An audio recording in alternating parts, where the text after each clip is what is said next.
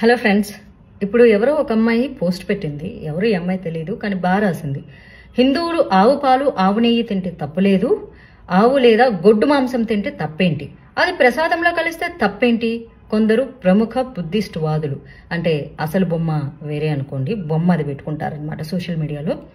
నువ్వు సంసారం నీ మొగుడుతోనే చేస్తున్నావా, లేక ఏ మగాడైతే ఏముంది, చివరికి కలిగేది పడక సుఖమే కదా అని కనపడిన అందరితో చేస్తున్నావా, లేదా ఆలికి తల్లికి చెల్లికి తేడా లేకుండా సంసారాలు చేస్తున్నారా మీ ఇళ్లలో? చేయరు కదా, చెయ్యరని అనుకుంటున్నాను నేనైతే. అదంతే.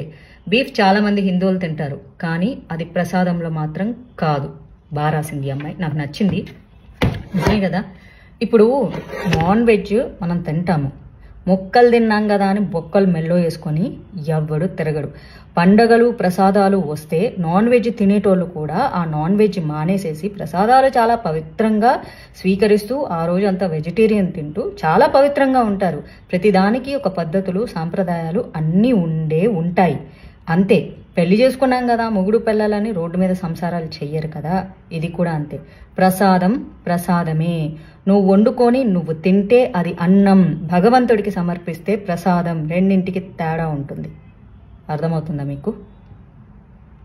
సపోర్ట్ చేయాలనుకుంటే కామెంట్ చేయండి, తిట్టాలనుకుంటే తిట్టుకోండి. మీ సంస్కారం.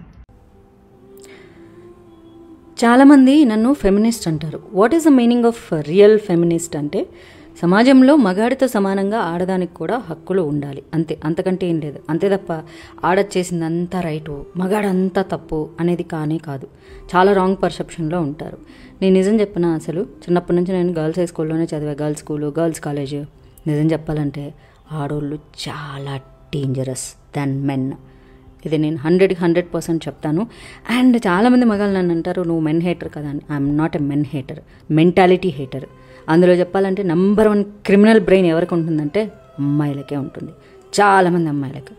అందులో ముచ్చుమొహం వేసుకుంటారు చూడు, వాళ్ళకి చాలా డేంజరస్ బ్రెయిన్ ఉంటుంది.